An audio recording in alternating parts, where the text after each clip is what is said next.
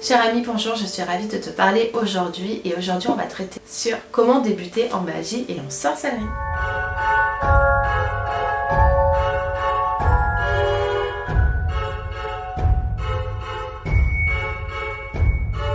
Avant de commencer cette vidéo, je tiens à préciser que je vais te parler vraiment de mon parcours et de comment moi j'ai commencé. En aucun cas je donne des lignes directives sur il faut faire comme ça, pas du tout. Je pense que c'est bien d'avoir le ressenti et comment ont commencé les personnes quand vous commencez vous-même pour vous inspirer peut-être de leur développement. Il y a quelques sorcières qui ont fait des vidéos sur comment débuter en magie selon leur propre expérience aussi, et c'est intéressant de savoir comment chacune d'entre elles ont débuté pour pouvoir vous lancer et voir que c'est pas si compliqué de se lancer. Pour commencer, je vais te parler du coup un peu de moi et de comment j'ai commencé. Il faut savoir que moi je pratique la sorcellerie depuis que je suis toute petite, dans le sens où j'ai eu toute une période collège-lycée où je me suis commencé à m'y intéresser, où j'avais un attrait très fort pour cette pratique. À l'époque, il n'y avait pas beaucoup de recueils, mais il en existait quand même quelques-uns et j'étais toujours fourrée à la bibliothèque. J'ai créé du coup mon premier classeur grimoire qui était un classeur 2 anneaux épais comme ça, très grand. J'étais très inspirée par la série Charmed, donc du coup j'avais voulu créer un peu ce qui se rapprochait le plus à l'époque. Et j'avais réécrit à la main toutes les informations que je jugeais utiles à l'époque. Donc c'était beaucoup de créatures magiques parce que c'est quelque chose qui me fascinait énormément. Et après quelque chose sur la lunaison, sur les bougies, c'était assez petit. Mais en même temps, c'était quelque chose qui m'inspirait énormément et qui me faisait me sentir bien. J'avais créé mes propres petites incantations au début qui étaient avec des rimes, tout ça vraiment bien prodé. Et je m'amusais dans cette recherche-là et c'est quelque chose qui m'inspirait énormément. Malheureusement, j'ai arrêté suite à la pression en fait que menaient les personnes chez qui je vivais à l'époque.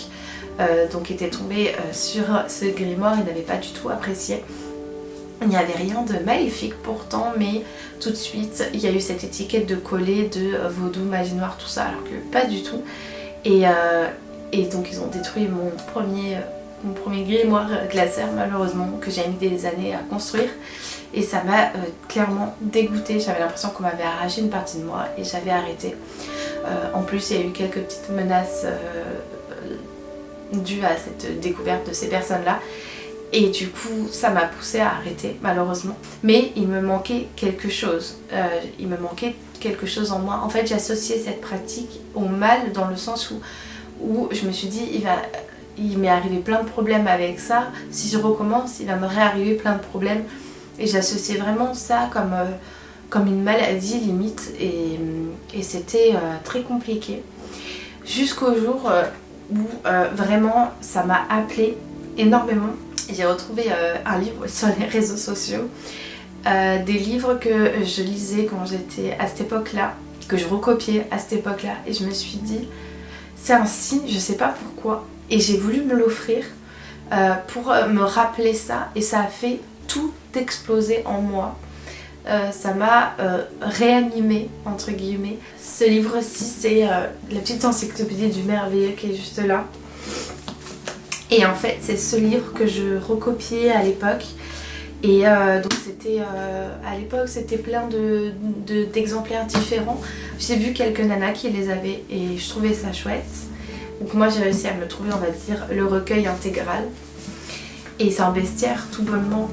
Et quand je l'ai vu entre les mains, ça a tout déclenché. J'ai commencé du coup en me lisant dans ce livre-là. Déjà j'avais parlé de ce livre à la personne avec qui je vis et elle avait trouvé ça hyper génial. Donc, ça m'a un peu confortée dans le sens où je me suis dit bon, c'est déjà ce livre-là, on ne le voit pas comme quelque chose de négatif, alors que pas du tout, c'est juste un recueil de créatures fantastiques. Si on ne le voit pas comme quelque chose de négatif, peut-être que je peux aller un peu plus loin. Et je suis allée un peu plus loin et je suis allée en librairie ésotérique. J'y allais régulièrement, je n'achetais jamais rien, mais j'avais besoin d'y aller. C'est une boutique que j'ai côtoyée quand j'étais jeune et que c'est là où j'ai acheté mon premier oracle. Et j'y suis retournée et je suis tombée sur ce livre-là. En présentation, je pense qu'il venait de le sortir, donc encore un signe pour moi. Donc l'almanach des sorcières. Je suis un peu calme, mais c'est un peu comme si je vous ouvrais mon journal intime. Alors ça fait un peu bizarre, mais bon, je vais essayer d'être un peu plus pétillante comme sur les autres vidéos. Et au début, donc je l'ai acheté et je l'ai lu en cachette parce que je trouvais ça mal de me replonger dans cet univers-là. Et le compagnon avec qui je vis a dit mais non, c'est cool, enfin, il n'y a rien de particulier, c'est rigolo, enfin, moi ça me dérange pas, si toi t'as envie de le faire, fais-le, enfin, je vois pas le problème. Et dès qu'il a eu cette réaction-là, ça m'a ouvert l'esprit.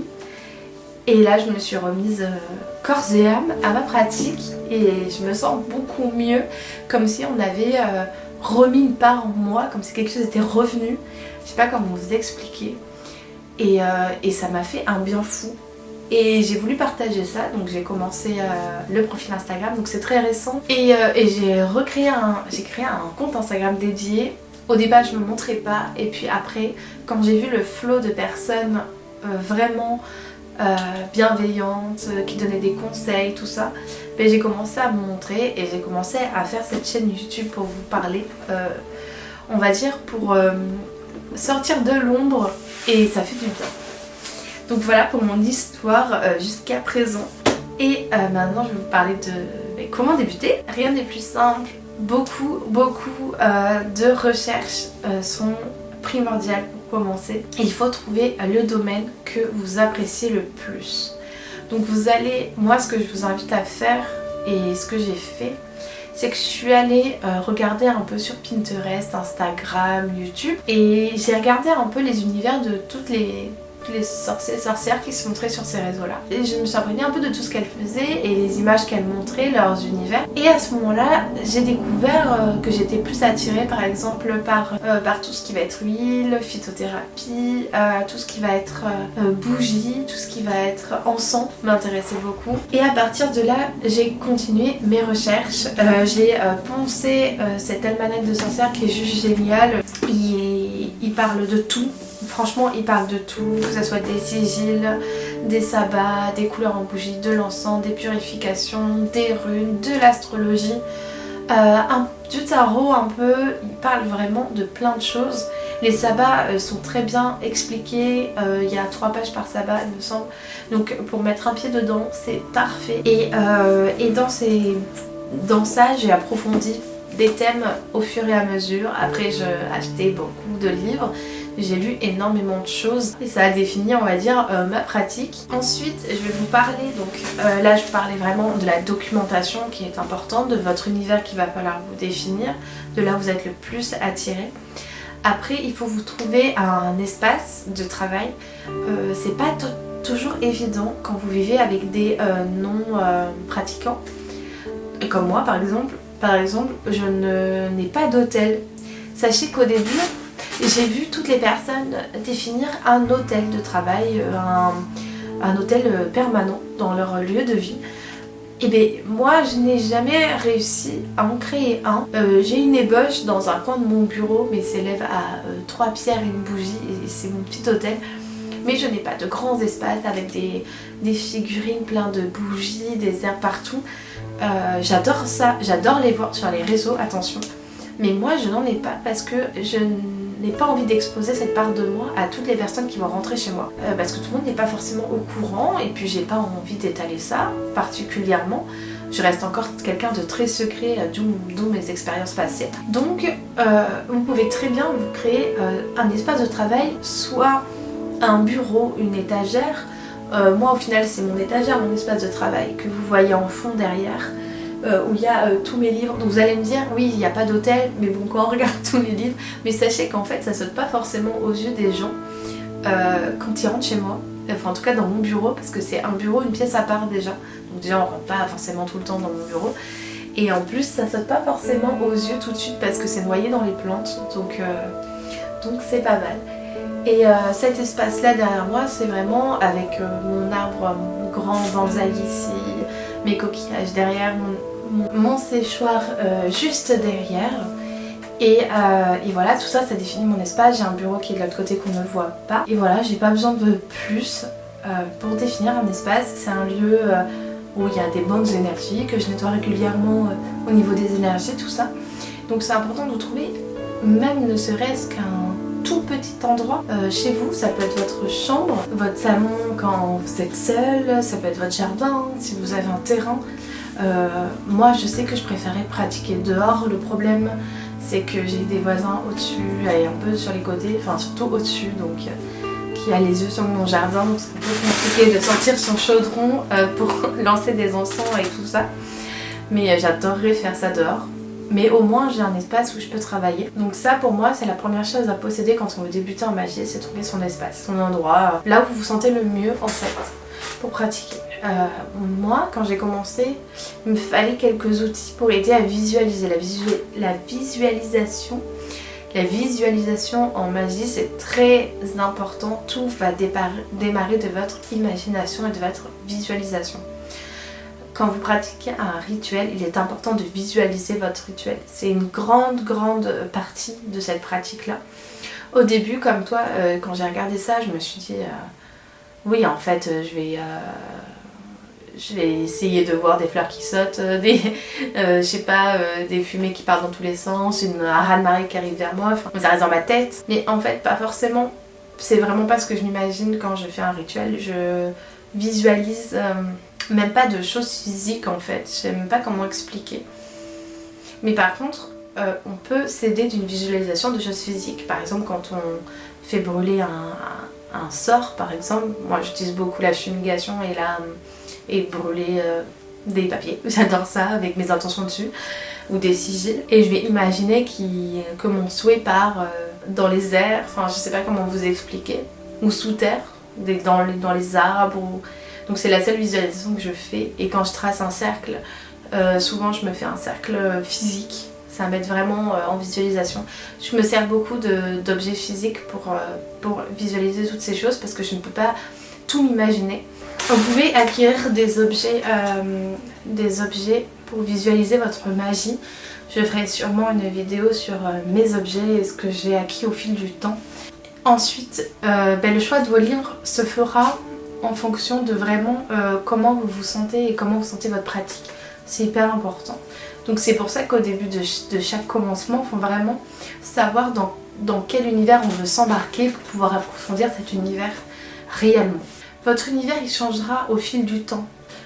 Au début vous allez être intéressé par un univers et puis une fois que vous serez allé piocher tout ce dont vous avez envie de piocher, vous irez dans un autre univers, puis dans un autre univers, puis dans un autre univers. Et puis à la fin vous créerez votre univers à vous. Il faut savoir qu'en magie, en sorcellerie, il n'y a pas de code, il n'y a pas... personne n'a la vérité absolue. Je vois pas mal sur les réseaux sociaux par exemple des personnes qui disent moi je suis une vraie sorcière, ça fait des générations qu'on l'est, on a la vérité. Non. Personne n'a forcément... Il n'y a pas de vérité absolue. En fait c'est plus une extension de vous-même. Donc c'est à vous de définir sa couleur, c'est à vous de définir comment elle va être, comment vous voulez la propager. Il y a des correspondances importantes je trouve à utiliser, mais pareil s'il y a une correspondance qui vous correspond pas, c'est bête, mais c'est à vous de le savoir et de faire en conséquence dans vos pratiques. Mais étudiez ça, étudiez les correspondances, les rites, les légendes, tout l'univers au niveau de la magie, et je trouve hyper important pour après pouvoir créer ses propres rituels en magie. Pareil, moi je vous invite à même si vous ne les pratiquez pas, mais quand même pour voir comment peut se fabriquer un rituel. Clairement, les rituels qui existent déjà tout fait. Moi je n'ai pratiqué aucun rituel que j'ai appris sur des réseaux. Il y a des choses par exemple que moi j'aime pas faire et que je vais pas le faire parce que j'aime pas le faire. Vous avez des livres comme celui-ci que je trouve hyper intéressant, que j'ai déjà vous présenter, mais du coup je trouve qu'il va bien dans la vidéo comment débuter en magie. C'est le petit manuel pour jeter des gentils sorts juste ici, que j'ai acheté, qui coûte vraiment pas cher, il coûte même pas 11 €, il coûte 10,95 €. Il est tout petit, il va dans la poche, le format est assez bien.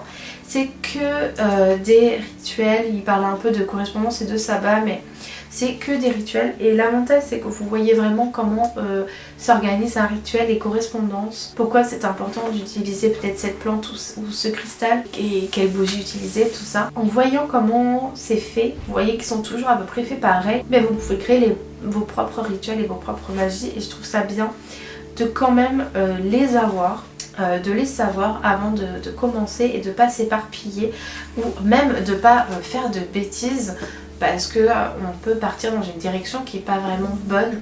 Donc je trouve ça plutôt bien. Et après, moi ce que je veux vous dire quand vous débutez, c'est ne pas vous prendre la tête à chercher la bonne correspondance. C'est un peu le problème que j'ai eu au début. C'est que j'ai voulu chercher absolument une correspondance à est-ce que c'est vraiment celle-là? Est-ce que cette plante ça veut vraiment dire ça? Donc je vais chercher sur plein de trucs. Et en final, comme la vérité n'existe pas forcément, vous allez avoir quand même plusieurs sites ou plusieurs livres qui vont retranscrire la même chose. Mais souvent, non.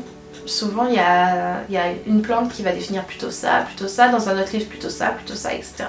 Et vous allez vous noyer dans un flot d'informations qui est vraiment pas du tout bénéfique au début. Au début, il faut vraiment s'ancrer sur les bases de la pratique que vous voulez faire, sur les bases de la magie, de la sorcellerie, de l'histoire de la magie, de la sorcellerie que je trouve hyper importante aussi à savoir.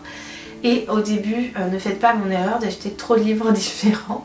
Je pense qu'il faut vraiment s'imprégner d'un livre, après en acheter un autre, après en acheter un autre.